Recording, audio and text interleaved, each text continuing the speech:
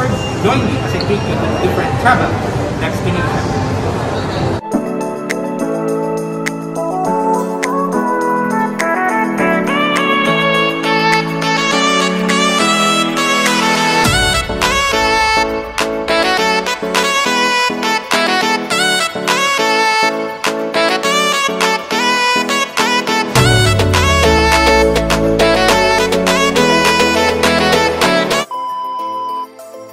Ngayong araw, ang ating destination ay ang Lakbayanihan Tourism Fair na isang tourism event sa Ayala Capital Mall, featuring the different cities and municipalities of Negros Occidental.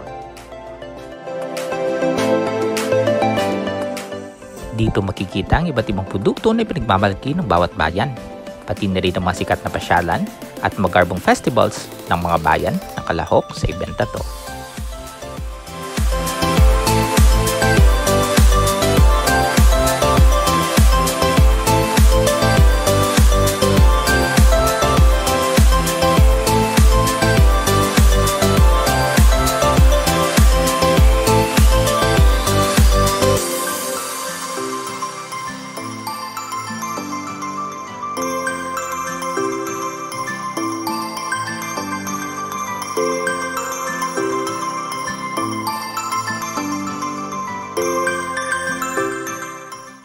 Ang una nating bibisitahin ay ang siyudad ng Cadiz or the City of Whales.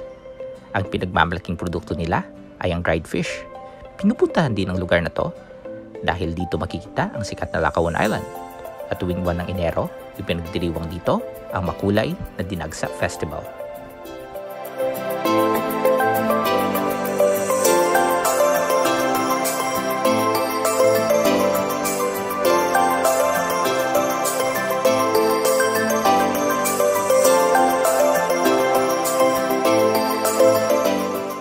Next up is my hometown and the provincial capital, Bacolod City.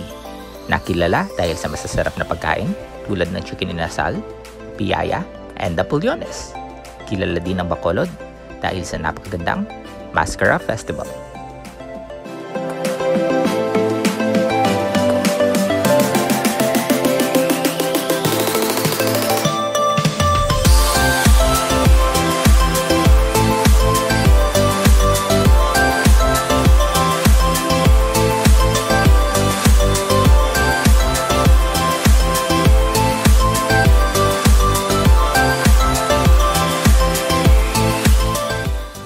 Ang susunod naman nating pupuntahan ay ang napakagandang syudad ng San Carlos na may makulay na festival na Pinta Flores.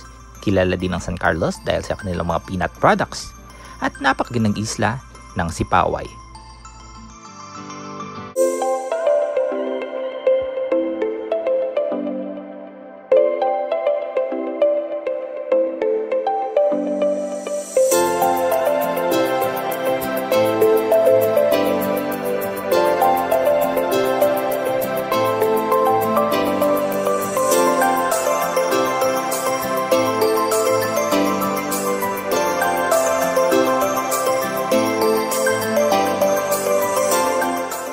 Next stop ay ang bayan ng Calatrava na ibinagmamalaki ang native products na gawa sa pandan.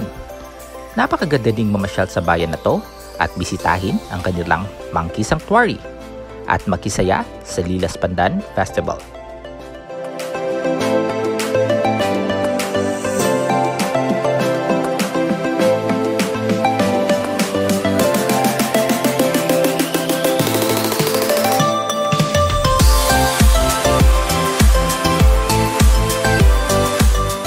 Bisitahin naman natin ang siyudad ng Sagay na kilala dahil sa Sindigayan Festival at tourist destination tulad ng Carbon Reef at tikman ang mga squid products at masarap na pastel.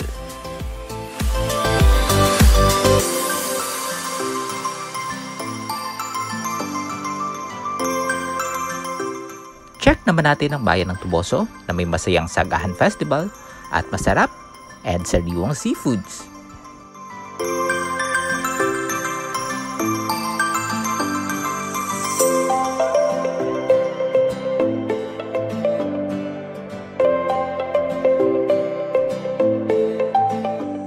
Next stop ay ang bayan ng Ibi Magalona na sikat dahil sa kanilang Ugyunan Festival at masarap na blue crab.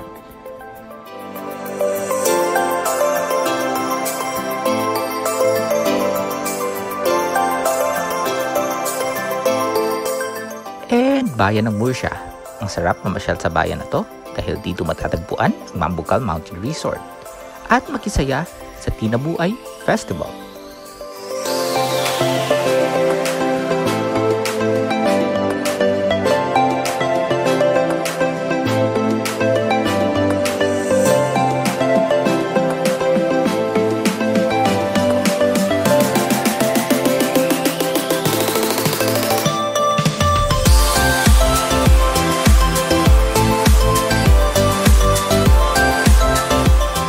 Halina't mamasyal sa siyudad ng Bago at magki-fiesta sa sikat na Babaylan Festival at mag-food trip and enjoy ang napakagandang sunset sa Bantayan Park.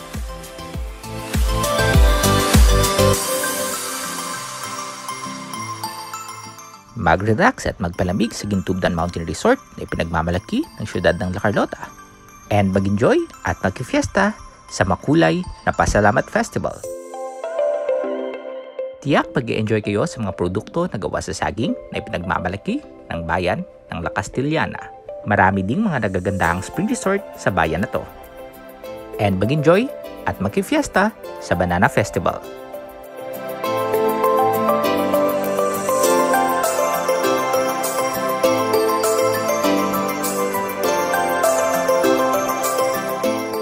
Bayan ng Binalbagan o ang tinaguriang Banwang Panganay na may masayang Balbagan Festival.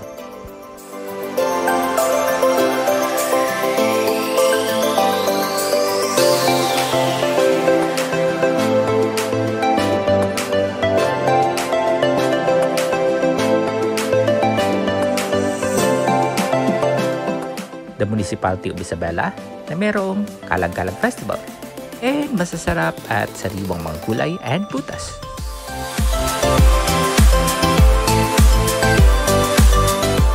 Yak maglalaway naman kayo sa napakasikat na talaba ng Hinigaran.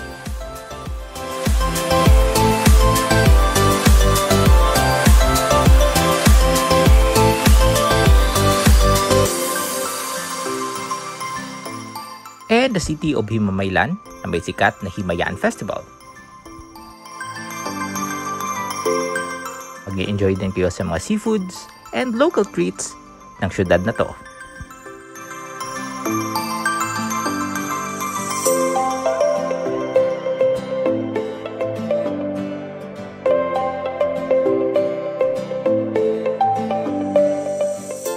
And you can't go wrong with Sipalay kung white sand beaches naman ang hanap mo.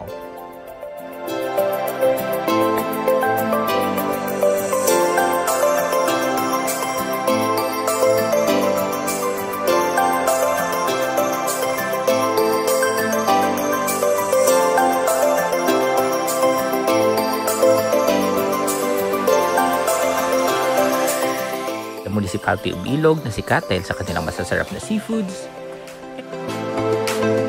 Municipality of Cauayan na may magagandang beach and mga floating cottages.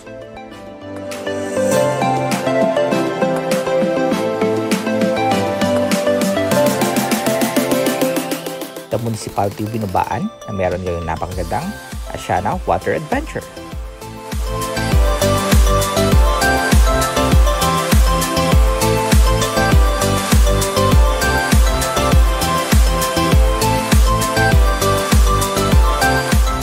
The Municipality of Gandoli na mayroong sikat na Dinagyaw Festival and mga fresh produce tulad ng mga gulay and prutas.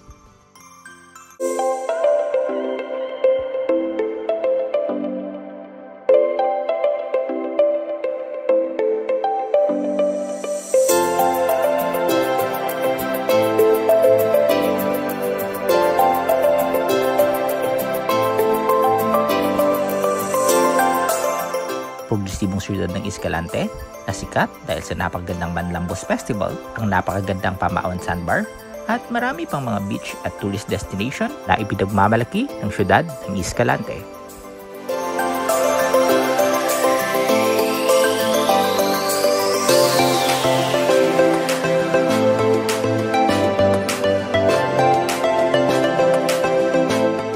At ang napakagandang siyudad ng Talisay na mayroong The Ruins, Kampistuhan, at marami pang mga pasyalan. And hope nag-enjoy kayo dito sa pagpasyal ko sa inyo sa isang tourism event dito sa Negros Occidental.